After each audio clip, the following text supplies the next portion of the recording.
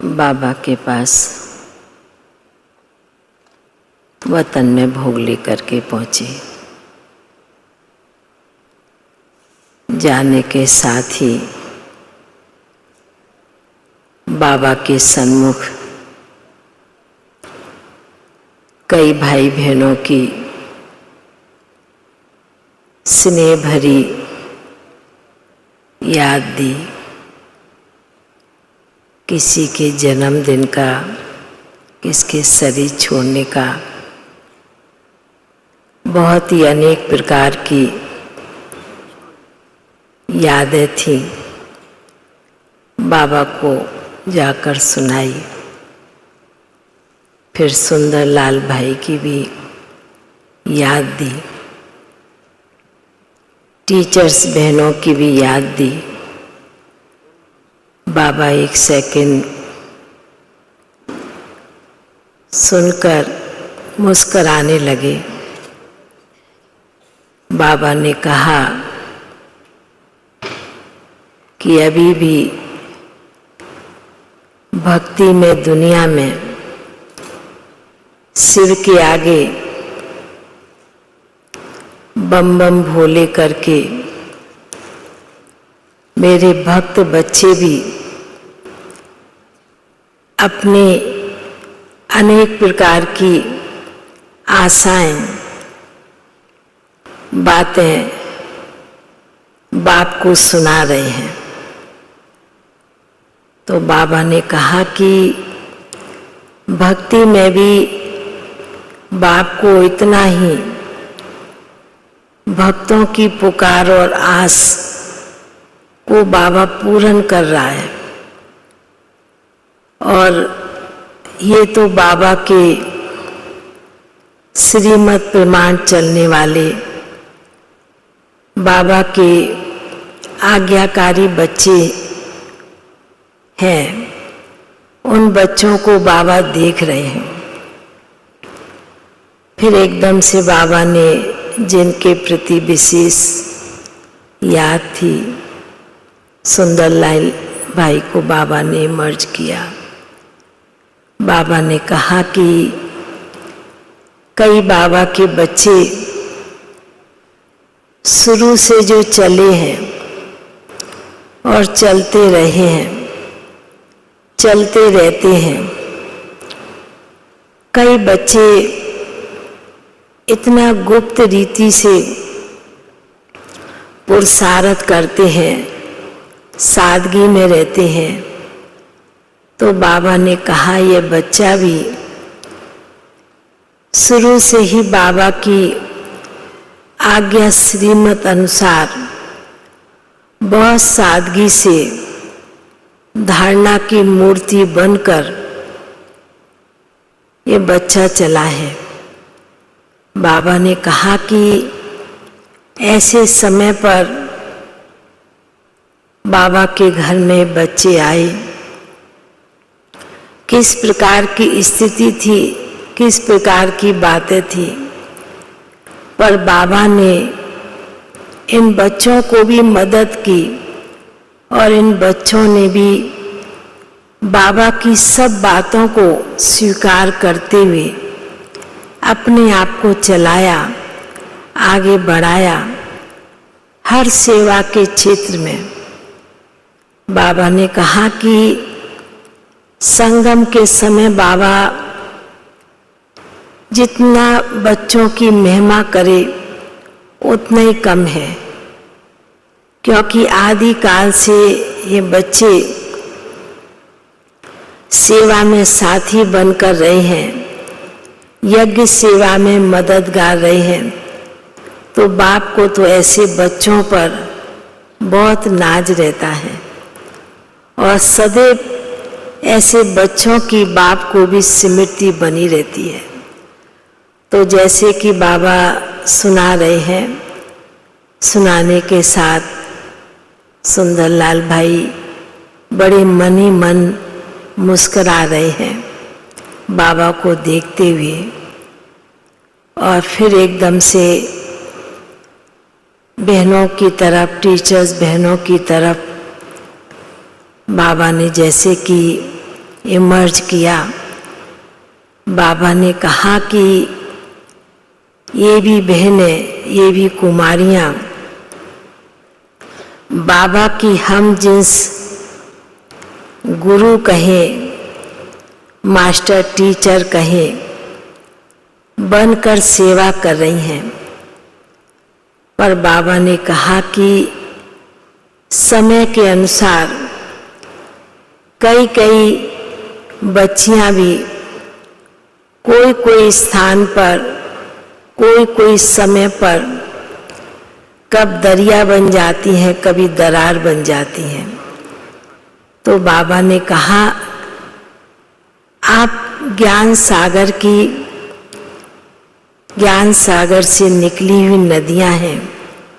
तो बाबा ने कहा कि इसलिए बाप तो यही चाहते हैं कि मेरी बच्चियां सदैव ज्ञान नदियां बनकर बहती रहें और सभी को उसी प्रकार ज्ञान अमृत पिलाकर भरपूर करती रहें। बाबा ने कहा समय के अनुसार बाबा यही विशेष इशारा बच्चियों को देते हैं, निमित्त टीचर्स को देते हैं कि समय को ध्यान में रखते हुए अपनी स्थिति, अपनी अवस्था, अपने पुरुषार्थ को आगे बढ़ाते रहना है। अपने सामने बाबा को देखना है, अपने से बड़ों को देखना है, उस अनुसार हम चलते हैं। तो बाबा ने कहा कि हर कार्य में उन बच्चों को बाबा की मदद का एहसास, अनुभव होता रहता है। बाबा कराते हैं। तो बाबा ने कहा कि जिस प्रकार भक्ति में भक्तों की भी बाबा आस पूर्ण करते हैं, तो आप तो बाबा के करीबी बच्चे हैं, नज़दीक के बच्चे हैं, श्रीमत प्रमाण चलने वाले बच्चे हैं। तो बाबा ने कहा कि इसलिए बड़ों की आज्ञा, बाप की आज्ञा सिर माथे रख के चलते हैं तो हमें हर कदम पर बाबा की मदद का अनुभव, एहसास होता रहेगा। ऐसे कहते हुए फिर तो बाबा के सन्मुख भोग रखा था। तो आज जिनके भी निमित्त विशेष भोग था, तो बाबा ने सबसे पहले सुंदरलाल भाई को वतन में मर्ज करते बड़े प्यार से भोग स्वीकार कराया। और जैसे कि विशेष जिन भी आत्माओं के प्रति और भी भोग था, उन्हें भी मर्ज बाबा ने किया और भोग स्वीकार कराया। बाबा ने कहा यह भी एक संगम के समय का विशेष पाठ है, जो बाबा अपने बच्चों को, स्नेही बच्चों को, सिक्की लदे बच्चों को बड़े प्यार से वतन में इमर्ज करते हैं, भोग स्वीकार कराते हैं। फिर तो बाबा ने हम जिन सभी बहनों को बाबा ने बहुत बहुत स्नेह भरी याद प्यार दी। बाबा ने कहा सागर के कंठे पर आए हैं तो सागर बनकर, नहीं तो नदियाँ भरकर जाकर अपनी अपनी जगह ऐसा बरसो जो बाबा ने कहा सारा कहीं दुनिया एक सागर समुद्र बन जाए। तो ऐसे कहते हुए बाबा ने विशेष फिर शुक्ला बहन को भी याद दी, सभी टीचर्स बहनों को भी बहुत बहुत याद दी और सभी का फिर याद प्यार लेते हुए फिर बाबा से छुट्टी लेते हुए नीचे पहुंच गए। ओम शांति। ओम शांति। आज सतगुरुवार के दिन आप सबकी याद प्यार लेके जैसे मैं वतन में पहुंच, वतन में जाते ही क्या देखती हूँ, एक बहुत सुंदर कलरफुल लाइट का पर्दा दिखाई दे रहा था और उसके पीछे बहुत से ब्राह्मण परिवार के भाई बहनें दिखाई दे रहे थे। तो कुछ सेकंड के बाद बाबा सामने आए और बाबा ने कहा, आओ बच्ची, क्या देख रही हो? मैंने कहा कि बाबा, ये कर्टन तो बहुत सुंदर लग रहा है और इसके पीछे जो ब्राह्मण परिवार के भाई बहनें दिखाई दे रहे हैं, उनमें भी एक बहुत सुंदर लाइट का स्वरूप में चारों तरफ लाइट ही लाइट दिखाई दे रही थी। कुछ सेकंड के बाद जैसे वो पर्दा खुलता है और बाबा दृष्टि देते हैं, तो बाबा की दृष्टि से हर एक का श्रृंगार हो रहा था और हर एक को एक तख्त के ऊपर बैठे थे। और जैसे जैसे बाबा दृष्टि देते जा रहे हैं तो हर एक का सजा हुआ रूप दिखाई दे रहा था। बाबा ने कहा, देखा बच्ची, समय क्या कह रहा है। आज के समय के अनुसार दुनिया में लोग अपनी इष्ट को ढूंढ रहे हैं। एक छोटी सी कामना के लिए प्रार्थना कर रहे हैं। कोई एक ऐसा सहारा मिले जो उनको मन को शांति दे, और इसलिए अभी बाप समय को देखते हुए और बच्चों को ऐसा प्रत्यक्ष करना चाहते हैं कि सारे विश्व के अंदर हर एक आत्मा ये अनुभव करे कि हमें इन्हीं के द्वारा और इनको जो देने वाला है उसके द्वारा प्राप्ति हो रही है। तो इतने में क्या देखती हूँ, जो सजे हुए थे, किसी का तख्त हिलने लगा और किसी का जो मुकुट है वो पीछे की ओर जाने लगा। किसी का श्रृंगार जो है वो अलग अलग प्रकार से शेक कर रहा था। तो बाबा ने कहा, देखो, बाप बच्चों का श्रृंगार करते हैं और बच्चों को इष्ट के रूप में बना रहे हैं, लेकिन अभी भी कई बच्चे ऐसे हैं जो अपने आप को अपनी अवस्था में सेट नहीं कर पा रहे हैं। बाप बच्चों को हर एक इष्ट का अपना अपना अलंकार है, लेकिन बच्चों को बाप ने सब प्रकार की शक्तियाँ और सब प्रकार के अलंकार दिए हैं, लेकिन बच्चे कई ऐसे हैं जो संकल्प कमज़ोर रखने के कारण या संकल्पों के बहुत ज़्यादा उनके इतने तूफान आते हैं, उन तूफानों के कारण जो बाप ने अलंकार दिए हैं वो अलंकार को धारण नहीं कर पाते हैं। उनको जैसे अपने अंदर हैवीनेस फील होती है। तो बाबा ने कहा, बाप बच्चों को किस प्रकार से उनके रोल अनुसार, उनके पार्ट अनुसार उसको शक्ति दे कर के उसे उसी स्वरूप में हर समय लाते हैं। लेकिन बच्चों के अंदर एक तो अपनी चेकिंग कम है, अपनी चेकिंग कम करते हैं। दूसरा, अपने ऊपर किस प्रकार से अवस्था को मजबूत बनाना है, वो अवस्था कभी मजबूत होती है और कभी अवस्था जो है वो इनके ऊपर नीचे होती है।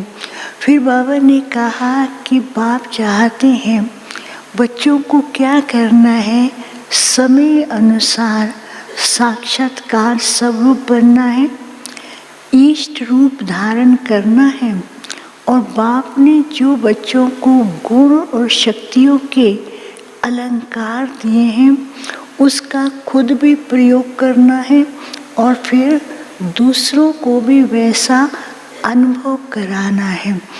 तो फिर बाबा मुस्कुरा रहे थे, तो मैंने कहा बाबा बच्चे सब पुरुषार्थ तो बहुत अच्छा कर रहे हैं और बहुत मेहनत भी करते हैं, बाबा से प्यार भी है।